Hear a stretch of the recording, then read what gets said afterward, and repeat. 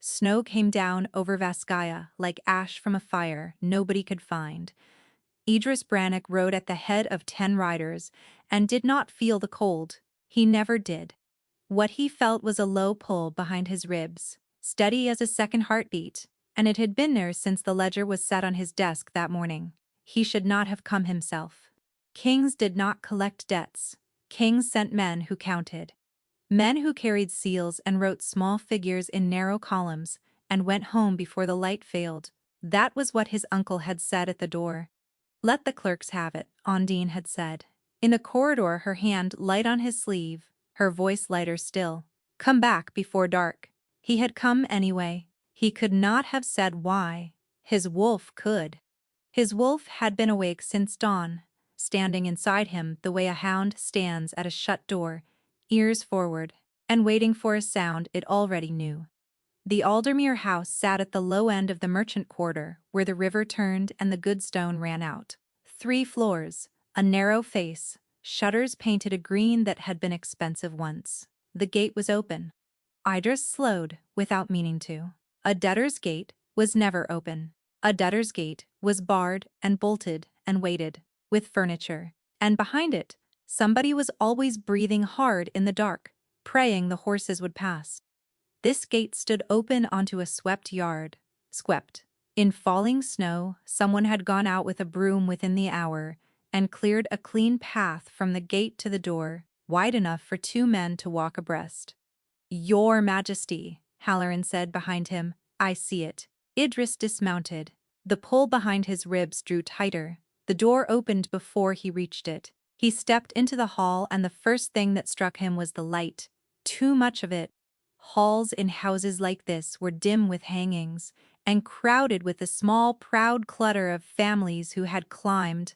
This one was bare to the plaster. Pale rectangles marked the walls where paintings had hung.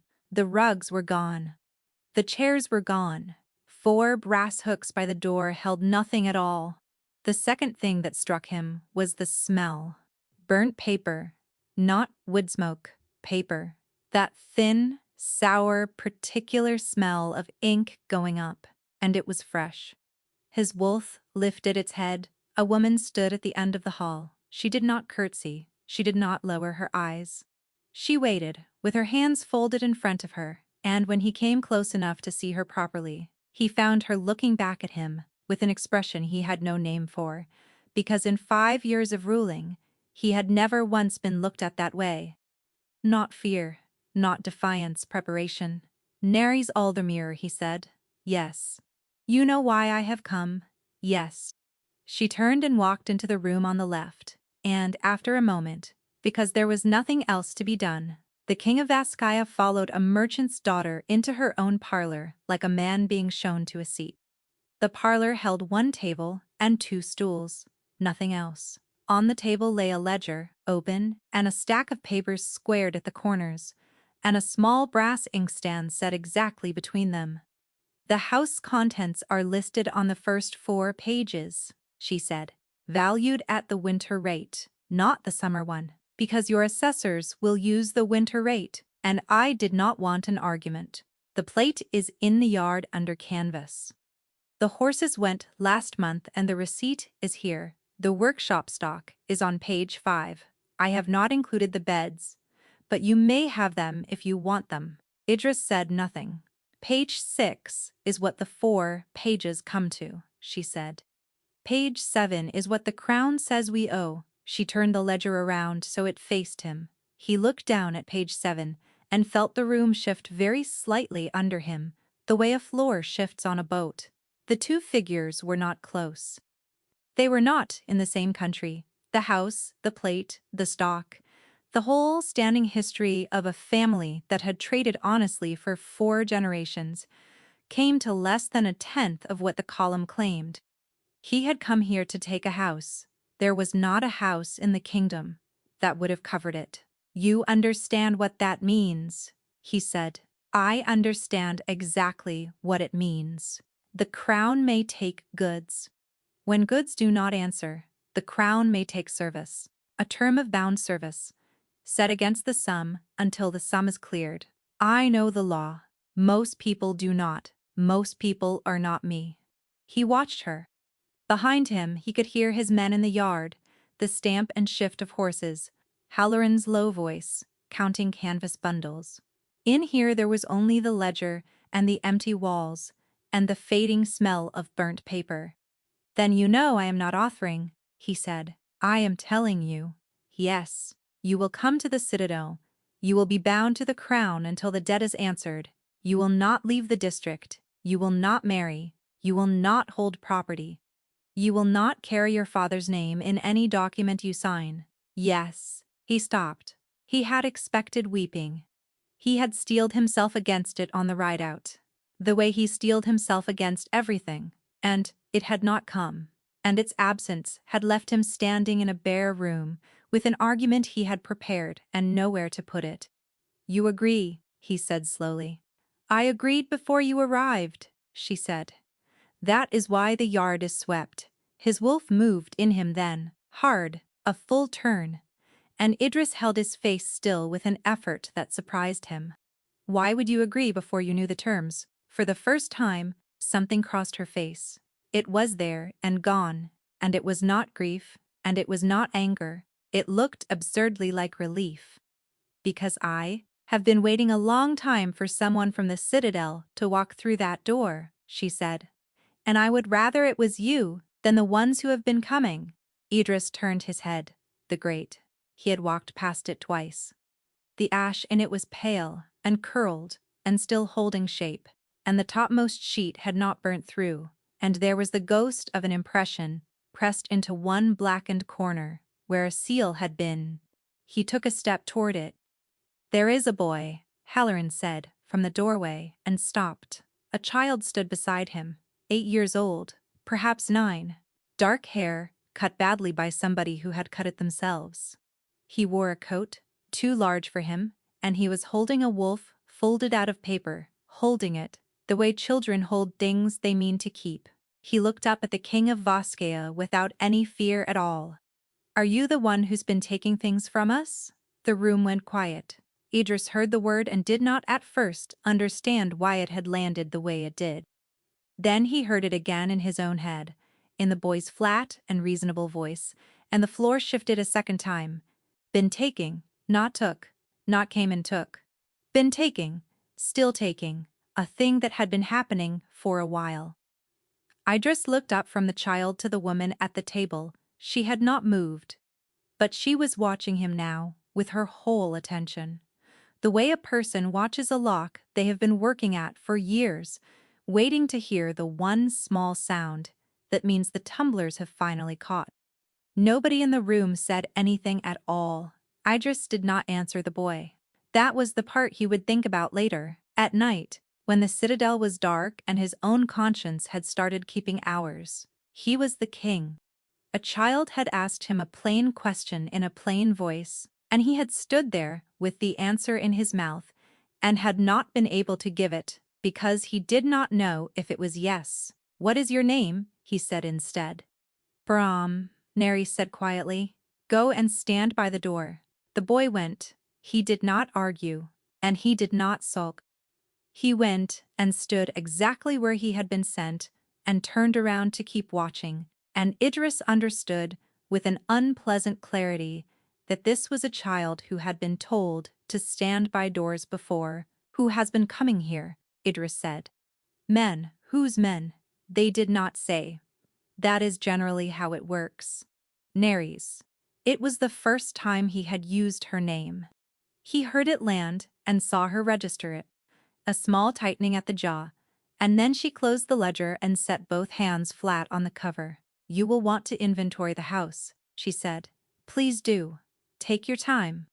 I would be very glad if you counted everything twice." Idris walked the ground floor himself. He should not have. There were men for it, and Halloran was already saying so. And Idris walked it anyway, room by room, with the pull behind his ribs going all the way up into his throat. It was not a house that had been sold off. He had seen those. Sold houses were ugly and gapped, one wall stripped and the next untouched, because families sold in a panic and sold what was nearest. This house had been taken in an order. Every room had been cleared the same way. The heavy things left, the small things gone. Every drawer that could be lifted out had been lifted out and put back crooked by somebody in a hurry. The floorboard at the top of the cellar stair had been prized and set down again, and stepped on until it sat flush. And it did not quite sit flush. Somebody had been searching, for years. By the look of it, patiently, coming back. And they had not found it, or they would have stopped coming. He crouched at the parlor grate and lifted the unburnt corner out of the ash with 2 fingers. The impression in it was a half-circle, ridged, the outer edge of a seal, larger than any merchant house would own. He did not recognize it. That was the thing that stayed with him. He was the king, and he had grown up putting his hands on every seal in the kingdom, and he did not recognize it. Behind him, in the hall, he heard her say, "Bring your coat and nothing else," and the boy say, "Can I bring the wolf?" and her say, "Yes, always the wolf." When Idris came out into the yard, she was already standing in the snow with a satchel over one shoulder, no bigger than a loaf of bread, and Bram beside her, with his hand in her coat pocket. "That is all you are taking," Idris said. "That is all that is mine." He had not intended to say the next thing. He heard it leave him, and could not have explained it to a council, or to his uncle, or to himself. "The boy comes too." Halloran turned his head sharply. "Yes," she said. "He does." They rode out through the open gate, with the light going and the snow coming down harder, and Idris looked back once at the swept yard, and the green shutters, and the house standing empty behind them. There were cart tracks in the yard, fresh ones, cut deep, still holding their edges under the new snow. They came out of the side lane and turned toward the river road, and they were made by a cart heavy enough to be carrying a great deal. And they had been laid down within the hour. He had brought no cart. The citadel took her in the way a body takes a splinter. Word ran ahead of them from the gate. By the time the horses were in the yard, there were faces at 3 levels of windows, and the corridors that should have been empty at that hour were not empty at all, and everyone found some reason to be standing somewhere they could see. Idris ignored it. He had been looked at his whole life. She ignored it better. The steward, Von Cressley, met them at the inner stair with a lamp and a face carefully arranged into nothing. "Your Majesty, the east rooms have been opened." "The east rooms are for guests," Idris said. "Yes, Your Majesty. She is not a guest." "No, Your Majesty." There was a pause exactly long enough for the steward to be seen to be waiting for a correction, and Idris did not give one, and Cressley bowed and said the east rooms were nonetheless open. And that was that, and Idris went up the stair with the distinct sense of having lost an argument he had not been having. She stopped him at the top. "3 things," she said. He turned. Behind her, Bram was looking up at the vaulted ceiling with his mouth open, the paper wolf clutched in one fist, and for a moment she waited until the boy had drifted a few steps away toward the tapestry. "You are in no position to ask for 3 things. I am not asking. I am telling you what I will need in order to do this properly, and if I do it properly, it costs you nothing." She counted them off without heat. A copy of the debt schedule, not the total, the schedule with the entries and the dates. Second, the rate. What a year of bound service is set against, in coin, so that I know what I am working toward. And third, the name of the officer who certifies it, whoever signs to say the sum has come down. I want the name. Idris looked at her for a long moment. He had held audiences for widows and generals and men on their way to the block, and none of them had ever asked him for a rate of exchange. "You want to keep accounts," he said. "I want to keep accounts." End quote. "Most people in your position want mercy. Mercy can be withdrawn," she said. "A number cannot." Something in him moved at that. He did not like it. He filed it away where he put things he did not like, and found the file already had something in it from the parlor, and that irritated him further. "You will have all 3, he said. "By tomorrow." "Thank you." "I did not do it to be thanked." No, she agreed. You did it because you want to know whether I will actually read them. He said nothing. She turned to go, and then stopped and asked the thing she had evidently been carrying since the yard. Your Majesty, who signed the claim order? I did. No, she said. Before you. Idris stood at the top of his own stair and found he could not answer that either. The satchel was inventoried the next morning, because everything was, and Cressley brought the list to the study himself, rather than sending it, which told Idris something before the man had opened his mouth. There is an item, the steward said.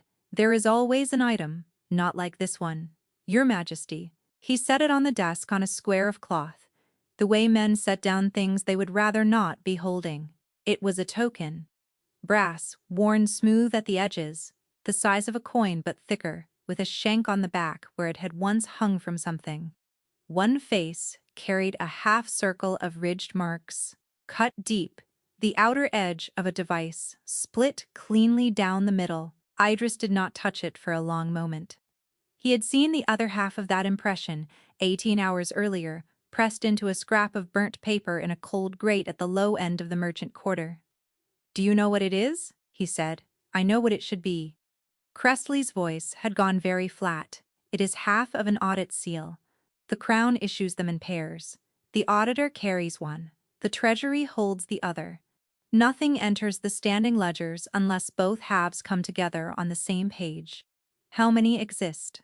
9. Your Majesty, 9 pairs. They are struck once in a reign, and this one is not in the Treasury. This one, said Cressley, was in a satchel. Idris sent for her before he had decided what he was going to say. She came in with her chin level, and stopped at exactly the distance a bound servant was required to stop at, which she had evidently gone and looked up, and which nobody had used in his court in 9 years. He turned the cloth so the token faced her. Explain this. She looked at it. Her expression did not change, but her hands, folded so correctly in front of her, went white across the knuckles. It was my father's. Your father was a wool clerk. Is that what it says? That is what the roll says, Aldermere. Osric, clerk of the wool exchange, admitted in the 14th year, deceased in the 22nd. Idris had read it twice before dawn. A clerk does not hold one of 9 seals in the kingdom. No, she said. He does not. Then either the roll is wrong, or the seal is a forgery, or you have stolen it. Yes, she said. Either the roll is wrong, or the seal is a forgery, or I have stolen it. Choose. I am bound service, Your Majesty. I do not get to choose. I get to answer questions. She lifted her eyes to his and held them, and there was nothing at all behind them that he could get hold of. So, ask me a better one. Idris stood. Very well. If your father was not a clerk, what was he? He was the man who counted your treasury, said Nerys Aldermere. Every autumn, for 6 years, until the autumn, he counted it, and it came out wrong. The room was completely silent, and then she said he was a wool clerk. The keeper of the standing ledgers was 81 years old and had to be carried up the last flight in a chair. Modric Fenn had served 3 kings. He had been old when Idris was a boy, and he had the particular fearlessness of a man who has outlived everyone who could have punished him. When they set the chair down in the study, he waved the bearers off, put both hands on the desk, and looked at the brass token for a long time without touching it. Well, he said, is it genuine? Give me a candle and stop asking me questions. I am about to answer. They brought a candle. Fenn tipped the token into the light, turned it, breathed on it, turned it again. 3rd pair, he said. Struck in your father's 9th year. The nick on the outer ridge is from the die itself, not from where, and every token off that die carries it. You cannot forge the nick without the die, and the die was broken on the day of striking, in front of witnesses, which is the entire point of the exercise. So it is genuine. It is genuine, and it was issued to a serving auditor, and there is no world in which it ends up in a wool clerk's daughter's bag. Fenn set it down. Now show me the other thing. You did not carry me up 4 flights for a coin. Idris put the debt schedule in front of him. It had come to his desk that morning as promised, and he had read it twice, and something about it had bothered him without announcing itself, the way a wrong note bothers a man who cannot read music. Fen went at it like a physician at a wound. He went through it 3 times. On the third pass, he stopped talking altogether, and the only sound in the room was the dry click of the old man's thumbnail moving down the margin, entry by entry, year by year. Then he sat back. "Bring me the wool exchange roll," he said. "And a window? I need a window." They brought both. Fen held the schedule up against the gray light with the roll behind it, and Idris watched the old man's shoulders change. "Your Majesty, say it. This schedule covers 11 years. 11 years of missed payments, penalties, compounding, and forfeit, entered by 4 different clerks in 4 different hands, dated across 11 separate autumns." Fen lowered the page. It was all written at one sitting. The room went very quiet.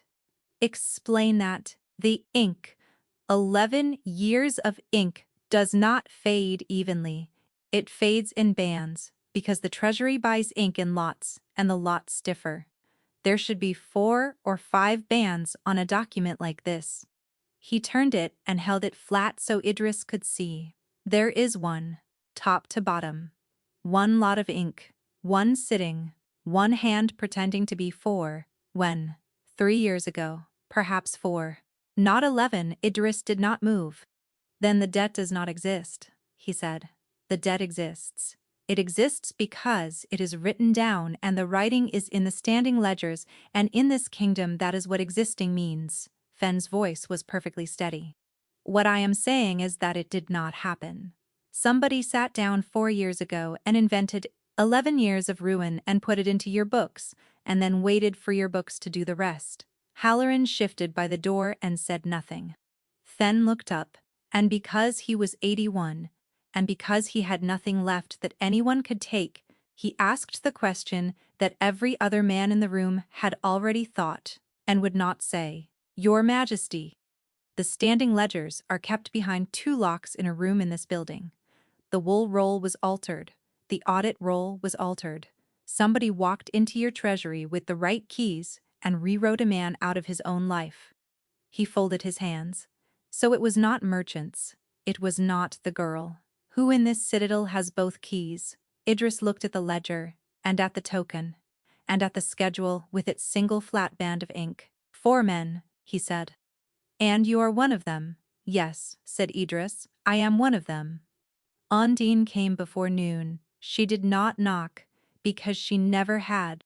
She came in with snow still in her hair, and her cloak half unfastened, and she crossed the study and put both hands on his desk, and looked up at him with an expression of such open and evident concern that his wolf, which had been half asleep, sat up. "They are saying you brought a woman into the East Rooms." "I did, Idris. She is bound service against a crown debt. She is housed where the steward housed her. If you would like to take it up with Crestley, he is on the lower floor." Undine laughed. It was a good laugh. It had been one of the first things he had liked about her. Years ago, when his uncle had first walked her into a room and left her there. "I am not jealous," she said. "You know I am not jealous."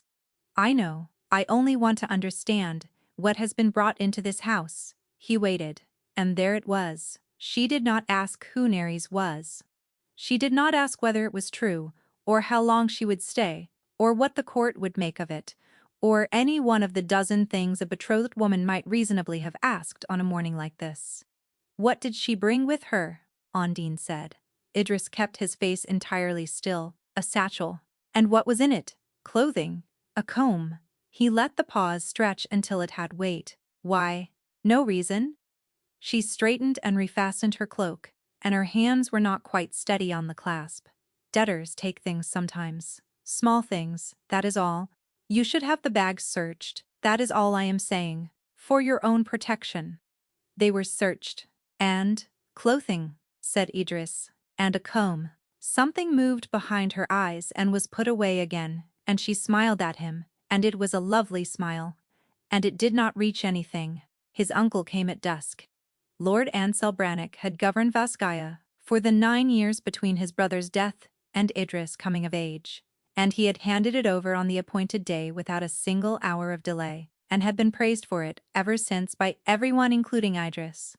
He came in slowly. He always came in slowly. He looked around the study like a man revisiting a room he used to own. "You went out yourself," he said. "To the merchant quarter, I did. That was unwise, probably. And you have brought back a boy." Ansel lowered himself into the chair by the fire and stretched his hands toward it and did not look at his nephew at all. "Has he said anything?" Idris stood very still. Not, "Whose boy is he?" Not, "How old?" Not, "What will you do with him?" Or "Who will feed him?" Or, "Why on earth did you take a child?" "Has he said anything?" "He is 9, Idris said. "Children talk not to me." "No," said his uncle, and held his hands closer to the fire, and something went out of his shoulders that had been in them since he entered. "No, I expect not. They dined together that night, the 3 of them, because the calendar said so. Bram was brought down because Idris had said he should be, and sat at the far end with a plate too large for him and behaved perfectly, until Ondine leaned toward him. She did nothing. That was what Idris would keep coming back to. She did not touch the boy, and she did not raise her voice. She leaned in a little and asked him kindly whether he liked his room. Bram went backward, off the bench. He did it fast, without a sound, the way a small animal goes under a hedge, and he was 3 paces away, with his back against the wall, before the servants had understood that anything had happened. He did not cry. He did not speak. He stood flat against the paneling, with the paper wolf crushed in his fist, and looked at Ondine Caro, and then at Ansel Brannock, and then at the door, not at Idris, round the whole room, and never once at Idris. And afterward Idris understood that the boy had not been afraid of the table. He had been checking the exits, and he had already worked out, days ago, which people in this house were not one of them. "Goodness," Ondine said. "He is tired," said Ansel. And across the ruined length of the table in the half-second, while the servants were bending for the fallen cup, Idris saw his uncle look at his betrothed, and his betrothed look back. It lasted no time at all. It was not a look between 2 people who were embarrassed. It was the look of 2 people confirming something, and it was over before the cup was lifted, and neither of them ever knew that the king had been watching the reflection in the window instead of the room. Idris went to the east rooms at 11 that night, with the schedule under his arm. He had rehearsed it on the stairs. He was going to lay it on the table and tell her what Fen had found, and she was going to understand what it meant, and there would be, at last, something between them other than that flat and dreadful courtesy. He did not get any of it. "Your father's debt was invented," he said, "written in a single sitting 4 years ago, and dated back across 11. My keeper of ledgers will swear to it." Nerys folded the cloth she was holding and set it down, and looked at him. "Yes," she said. "You knew. I have known for 4 years. Then why, in the name of the moon, did you not say so on the first night?" "Because I am bound service, and you are the king. And if I had stood in your hall and said, 'Your treasury is forged,' you would have had me whipped for it and never opened the book." She said it without any heat whatsoever, which made it worse. "You had to find it. I could not hand it to you. It only counts if you find it." Idris put the schedule down on the table, because he did not trust himself to keep holding it. "I am voiding the debt," he said. "No." He looked up. "I did not ask you." "You did not," she agreed. "But you will listen anyway because you are not stupid, whatever else you are." She came a step closer. "If you void the debt tomorrow, what happens to me? You are free." "Yes, free. And outside the walls, in a house that has been searched every season for 4 years by men who have not found what they are looking for. How long do you think I last out there? Once whoever wrote that schedule learns that the king of Vizcaya has started reading it." Idris said nothing. "Keep the debt," said Nerys Aldermere. "Keep me bound. Let it be known that you keep me bound. It is the only roof I have ever been under that they cannot simply walk into." You are asking me to keep you a prisoner. I am asking you to keep me alive. You may call it whatever makes it easier." He left without answering, which she seemed to expect. The boy woke at 2. Idris heard it because he had not been sleeping, and because the east corridor carried sound the way a bell carries it. One thin, rising note that stopped as suddenly as it started, which was somehow far worse than if it had gone on. He was in the corridor before he had decided to be. Bram was sitting up with his back jammed into the corner of the bed, breathing hard, eyes open, on nothing. Nerys was already there with one hand flat on his back, not speaking, not shushing him, just waiting, and Idris understood from the practiced silence of it that she had done this several hundred times. She did not send Idris away. She did not welcome him either.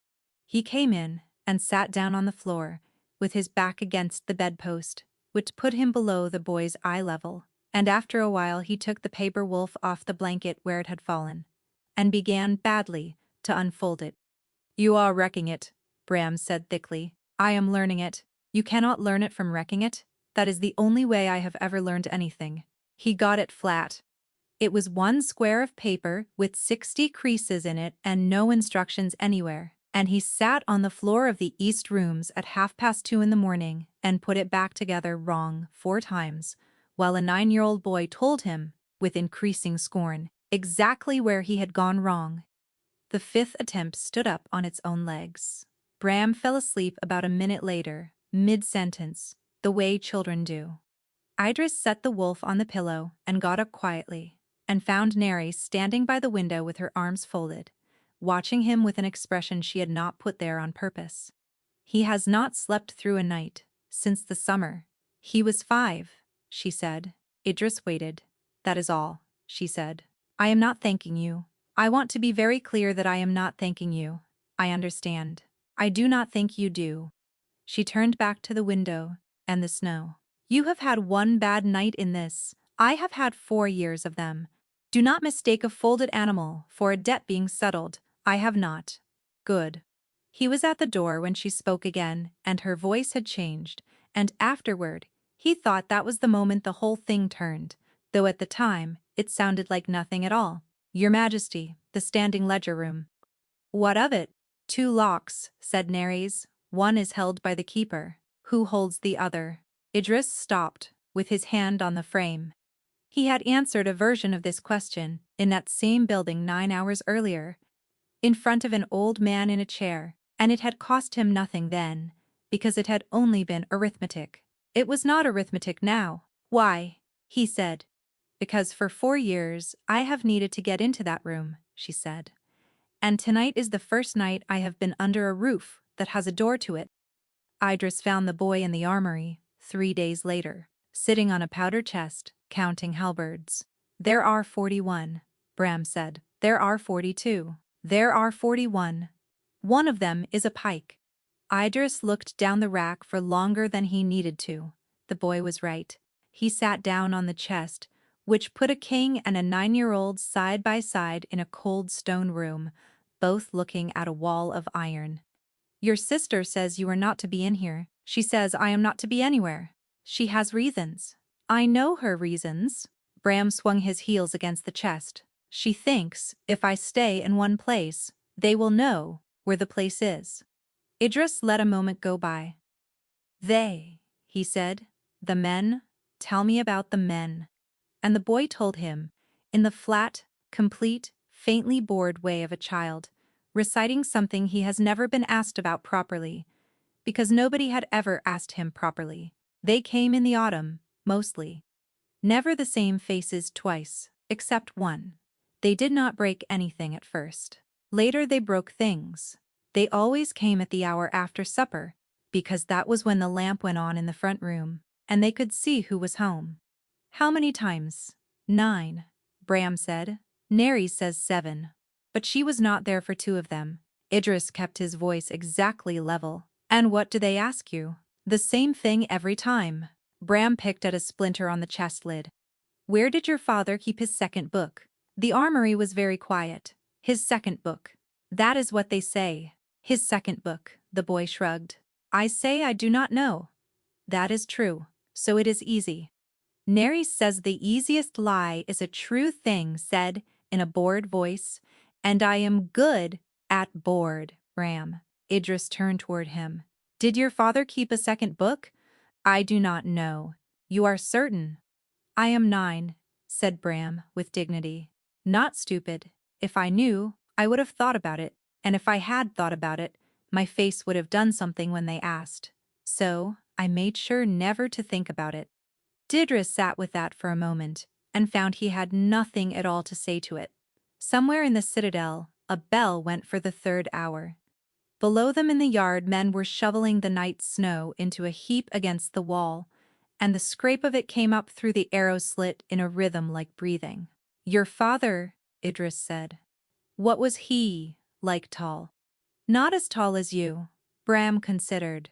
He hummed, all the time at everything, and he did not know he was doing it, so if you were quiet you could always find him in the house. Did he laugh? Not near the end. And the end, Idris said carefully. What happened at the end? Bram stopped swinging his heels. He got sick, he said. That is what they wrote down. That is not what I asked. The boy looked at the halberds. When he spoke again, his voice had not changed at all, and that was the worst part of it, because it meant this was not a thing he was recalling. It was a thing he carried. A man came the night before. He had cold hands. He put one on my head like this, and said, "What a fine boy." And my father stood in the doorway and did not move the whole time. Bram frowned slightly at the memory of a puzzle he had never solved. Papa never let anybody touch me. Not anybody, but he stood there, and he let that man do it, and he did not even hum. Idris felt something happen behind his own ribs that had nothing to do with his wolf. And after the man left, Papa sat me on the table, said Bram. And he was quick about it, and he never was quick about anything. He said, Bram, this is yours now, and you keep it, and you do not put it down. And if anybody asks you for it, you say it is only a toy. Idris did not move. What was it? He said. Bram reached into his coat and took out the paper wolf and set it on the powder chest between them. He gave me the wolf, he said. Then in the morning he was sick, and then in 3 days he was dead, and I have had it since. He picked it up again and put it back in his coat. You bent the leg, by the way, he added. When you were learning, it stands crooked now. Idris looked at the place on the chest where it had been. He had held that thing in his own hands for an hour on a floor at 2:30 in the morning, and he had opened it out flat and looked straight down at it by candlelight and had noticed only that the paper was heavier than paper ought to be, and had thought about nothing except getting the creases back in the right order, so a frightened child would sleep.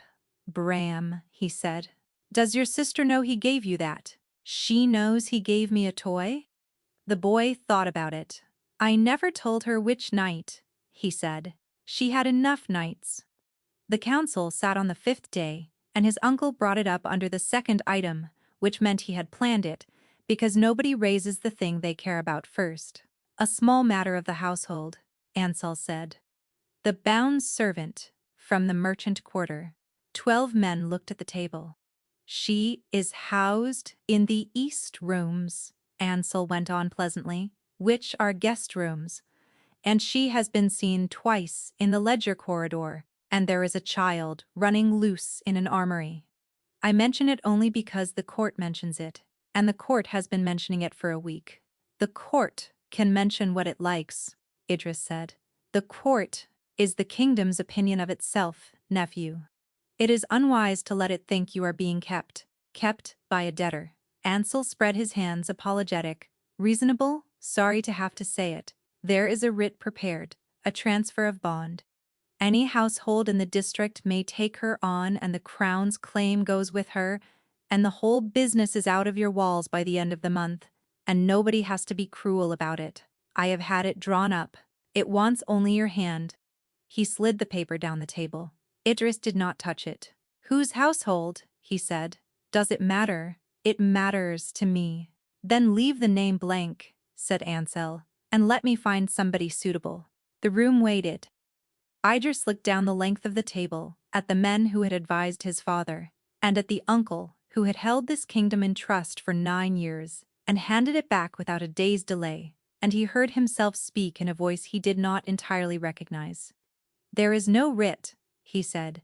"There is no transfer. She is bound to the crown, and I am the crown, and the day I sign a woman across to a household I cannot name is the day you may all stop calling me king and start calling me a clerk." Nobody moved. "She has a name," Idris said. "Use it, or do not speak about her at this table." He got up and left, which was a thing he had never done, and the door was heavy and shut badly and did not make the sound he wanted it to make. Ondine caught him in the long gallery. "You embarrassed him." He embarrassed himself. "Idris?" She got in front of him and stopped, and she was not laughing now. "Why do you care?" He opened his mouth.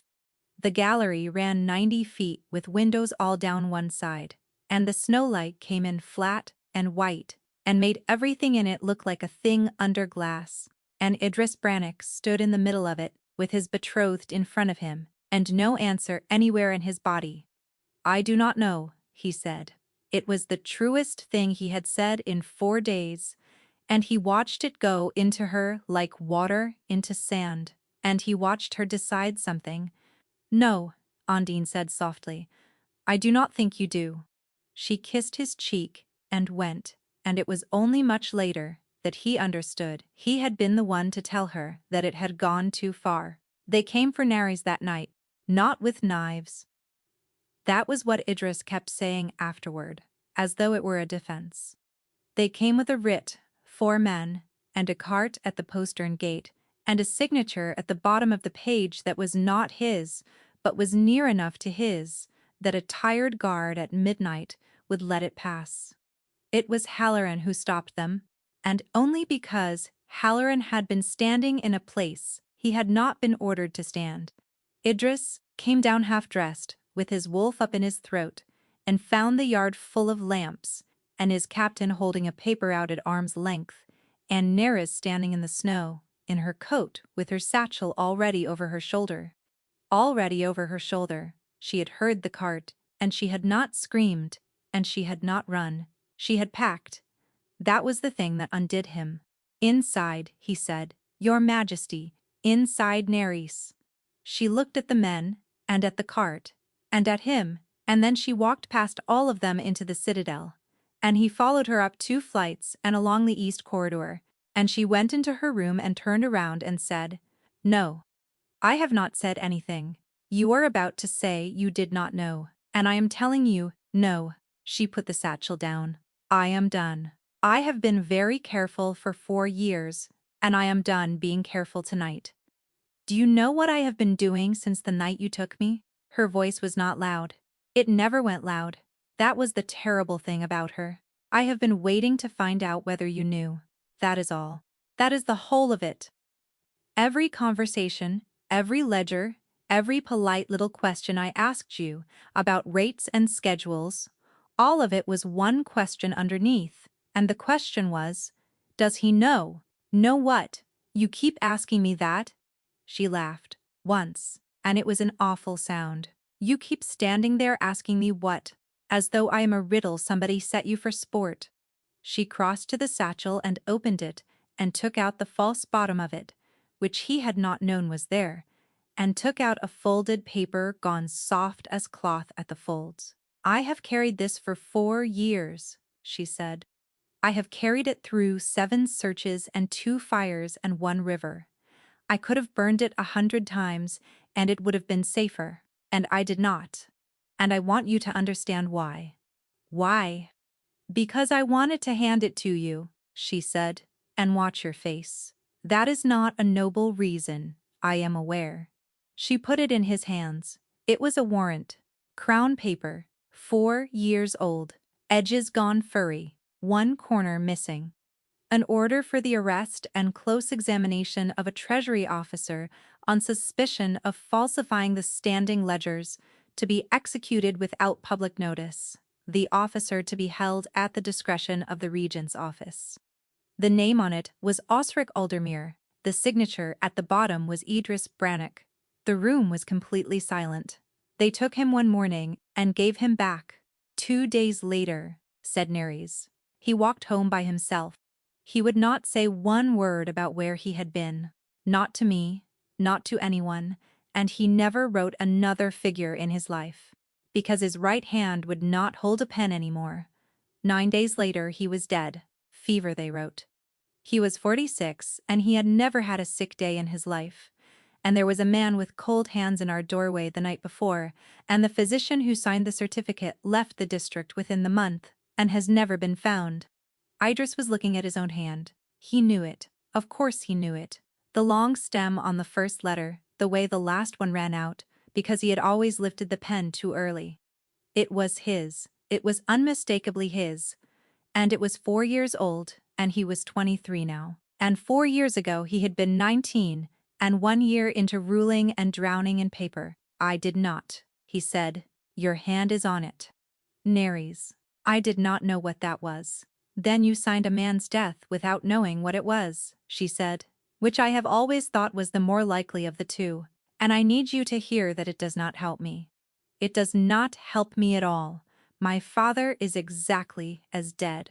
Either way, she took the warrant back out of his hands, because he was not holding it anymore, and folded it, and put it away. That is why I would not let you void the debt, she said, not only for the roof. Because a man who does not know what he signed is a man who can be shown, and I have spent 4 years without anyone in this kingdom I could show anything to. She sat down on the edge of the bed and looked at her hands. I did not want to hate you, she said. That is the part I would rather you did not know. I came in here, fully prepared to, and you sat on the floor, and folded a toy for my brother, and now I do not know what to do with any of it. Idris said her name. Do not, she said. Not tonight. Ask me tomorrow. He was at the door when she spoke for the last time. There was a second signature on that warrant once, she said. Underneath yours. Someone has scraped it off. You can see the ghost of it if you hold it to a window. Bram found him at dawn. Idris had not gone to bed. He had gone to the long gallery, because it had windows, and he had stood at one with a 4-year-old warrant held up to the gray light, looking at the faint scraped shadow beneath his own name, until the light was strong enough to be sure. 2 letters survived the scraping, a capital A and 3 spaces along the bottom hook of a B. He was still holding it when the boy came down the gallery in his nightshirt, with his coat over the top of it, barefoot on stone, entirely unbothered. Neres is crying, Bram said. She does it quietly and she thinks I do not know. She has done it since you took us. I am sorry. I did not say it to make you sorry. I said it because you asked me once what she does. He came and stood beside the king and looked out at the snow. You bent his leg. I know. You can have him back, said Bram, if you want to fix it. And he took the paper wolf out of his coat and held it up. Gore. Idris turned from the window and took it, and the light was coming across the gallery, now flat and hard and white off the snow outside. The kind of light that shows you every flaw in a thing, and he held a folded animal up into it, and finally, 4 days late, actually looked. The paper was not paper. It was vellum, thin and scraped and expensive, and it was ruled. He could see the lines through it, the faint red bounding rule down one side that the treasury used and nobody else did because nobody else could afford to. And in the creases, running into the folds and out of them, broken into fragments by 4 years of a child's hands and 1 night of a king's clumsy ones, were columns, figures, dates.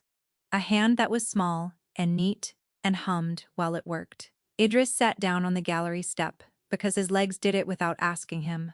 Bram, he said. Bram, what did your father say to you? Exactly, the last night, word for word. He said, this is yours now, and you keep it, and you do not put it down, and if anybody asks you for it, you say it is only a toy. Anything else. The boy screwed up his face. He said, the rest is where they cannot burn it. Bram opened his eyes. I never knew what the rest meant. Idris did. He sat on a cold step in his own citadel with the whole thing arriving at once, and it arrived the way an avalanche does. Not as a surprise, but as a confirmation. Everything he had refused to put together for 4 days sliding into place with a sound like a door closing. 9 years of regency. 9 years of a man holding a kingdom he was going to have to give back. The famine in the 4th of those years, when the border villages went under and the crown grain stores were opened, and it was said afterward that the stores had been thinner than anyone knew, and it was said afterward that this was poor husbandry, bad harvests, ill luck. Idris had been 13. He remembered his uncle Gray with sleeplessness, and the whole court saying, "What a burden! What a burden the man carries." He remembered, later, the accounts of those years being called irreproachable. Somebody had made them irreproachable.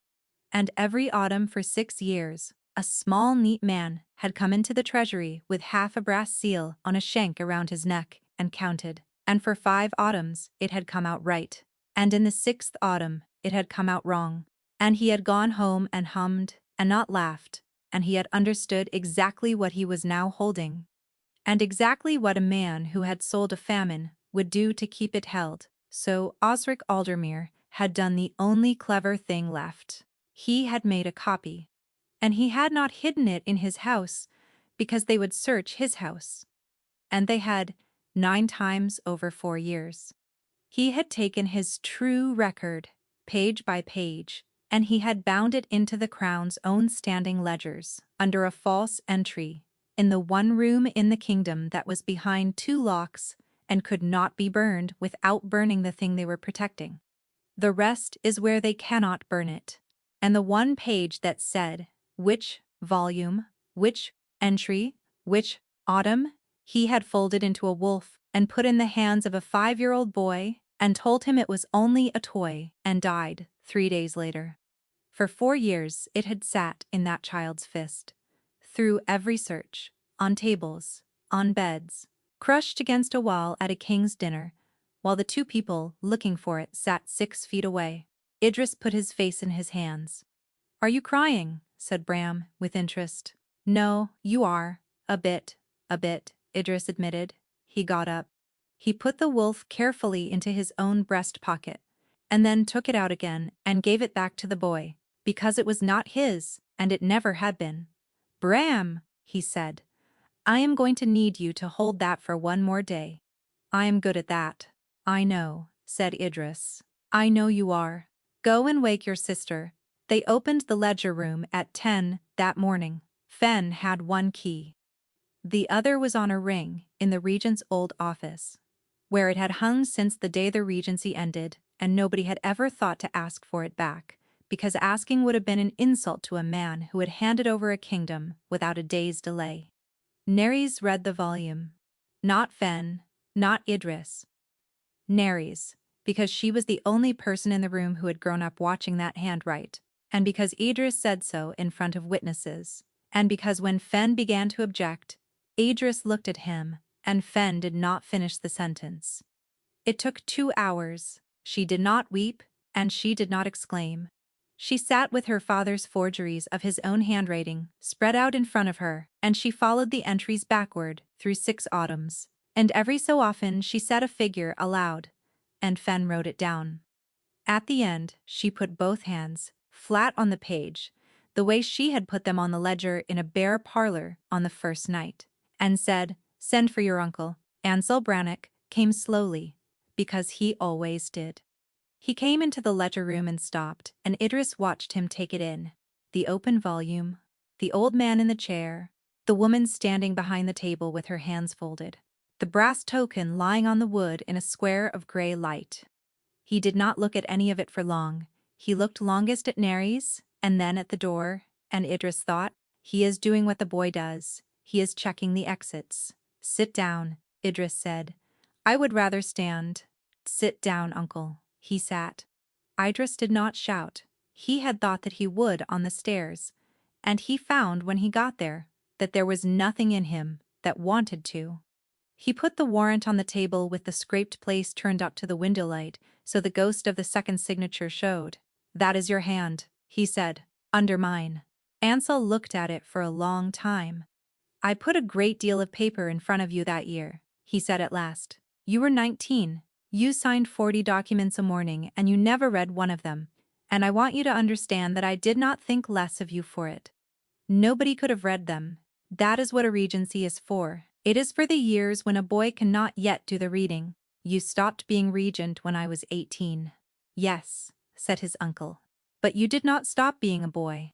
"Say what you did." And he did. He said it calmly, at length, with the air of a man who had rehearsed it privately for years and was almost glad of the chance, the famine year. The grain that had gone south across the border for coin, because the border princes paid in coin, and the border villages paid in nothing. The 400 and some who had died of it, which he gave as a figure and did not seem to notice giving as a figure. The accounts made clean, 9 years of small necessary adjustments. The one auditor who counted properly. "And there is a point," Ansel said, "at which a man cannot go back, and I passed it long before your father died. And by the time your friend's father came to me with his little seal, I was not deciding whether to be a criminal. I was only deciding whether to be a discovered one. He had a name.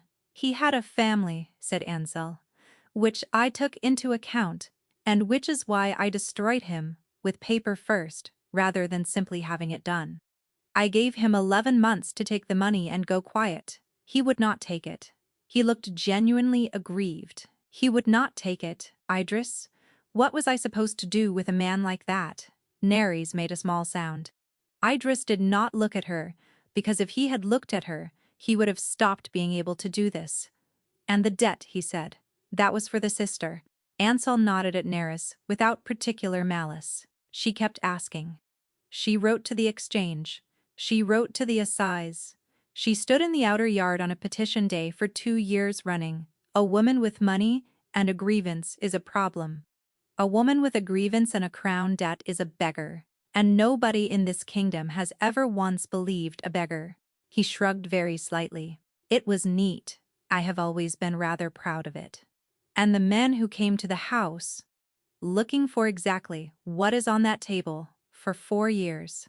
For 4 years, and they would have found it this winter, because the writ was drawn, and the house was to be cleared, and every board in it lifted by men who do that work properly." Ansel turned his head and looked at his nephew with something that was almost horribly fondness. "And then you went yourself. You went yourself, and you brought her inside, and you put her behind my own walls, where I could not touch her, and I have asked myself every night since, what possessed you." "So have I," said Idris. He let the silence sit for a moment. "And Ondine," he said. His uncle almost smiled. "Ondine Caro was 19 and her house was 3 seasons from ruin when I walked her into a room and left her there," Ansel said. "I did not have to explain anything to her. She is quick. She understood within a month that she had been given a very good position on the condition that she tell me how you spent your days, and she has told me how you spend your days every week for 4 years, and she has never once asked me why I wanted to know. She wrote the transfer writ. She drafted it. I would not have known which households were suitable. And the cart at the postern gate, that was hers as well," said Ansel. "I told her to wait. She has never been good at waiting. And by then she had worked out that if the girl stayed in this house much longer there would be no betrothal at all." He looked up. "She was correct about that, at least. You may as well credit her with it." The door opened. Ondine Caro came 2 steps into the room with a question already on her face, and she saw the open volume and the brass token and Ansel sitting down, and the question went out of her like a light going out. She did not say anything at all. She had the sense not to. "Come in," said Idris. "Shut the door. You will want to hear the rest, since you have been waiting for it since the night you asked me what was in her bag."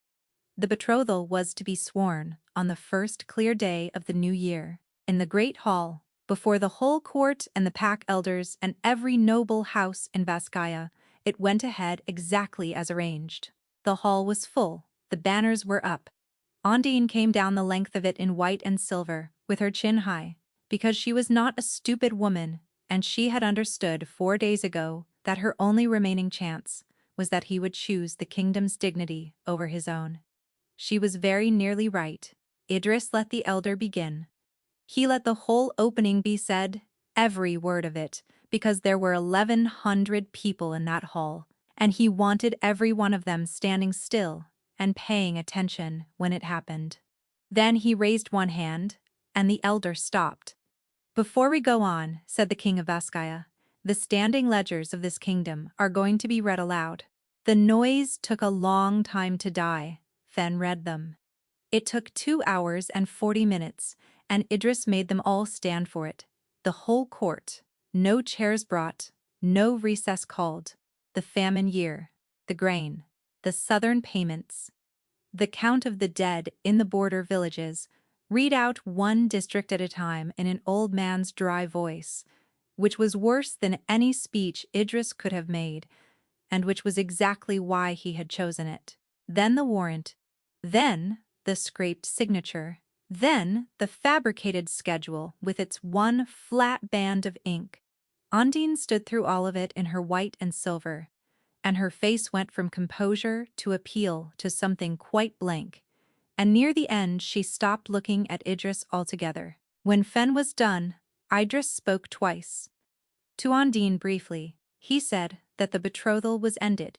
He said that she had reported his private hours to his uncle every week for 4 years, that she had drafted the writ that would have handed a woman to a household nobody was willing to name, and that she had sent a cart to his own postern gate at midnight under a forged hand. He said that she was stripped of the standing this house had given her, and of everything that had come with it, and that she would be gone from the district before the moon changed. She did not argue.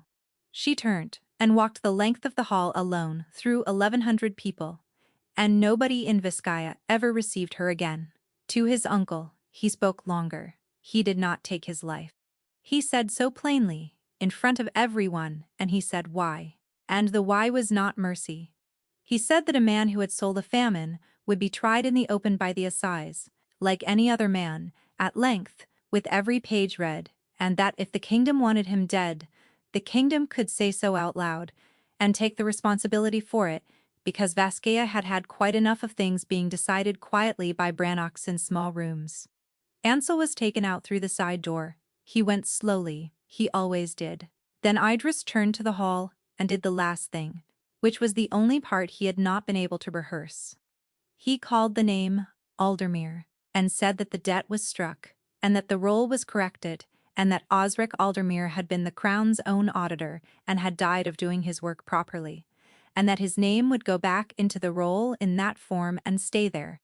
He did not call Nerys forward. She had asked him not to, that morning, and he had understood. She stood at the side of the hall the whole time with her hands folded, exactly as she had stood in a bare parlor with snow coming down outside, and when the roll was corrected aloud, she closed her eyes and did not open them for some while. She was gone from the citadel within the week. Idris had expected it, and it went through him anyway. She took a small house, 4 streets up from the old one, with better light, and she took Bram, and she took nothing from the Crown, and when the steward arrived with a settlement, she read it twice and sent it back with the figures corrected downward. Idris did not summon her. He went, which is a different thing. He went on the 9th day, on foot, with 2 guards left at the end of the lane, and he stood at a gate that was shut like a normal person's gate, and knocked like a normal person, and waited a very long time. "I am not going to ask you in," she said. "I know, because I do not yet know whether I want to, and if I ask you in before I know, then I will have decided something I have not decided." "I know," said Idris. "I brought this." He held out the paper wolf. She looked at it for a moment before she understood, and then she saw the leg. He had spent 4 evenings on it. He had gone to a man in the lower town who folded paper for temple days, and had learned the fold properly, and had practiced on 40 sheets of ordinary paper until his hands knew it, and then, and only then, had he touched the vellum.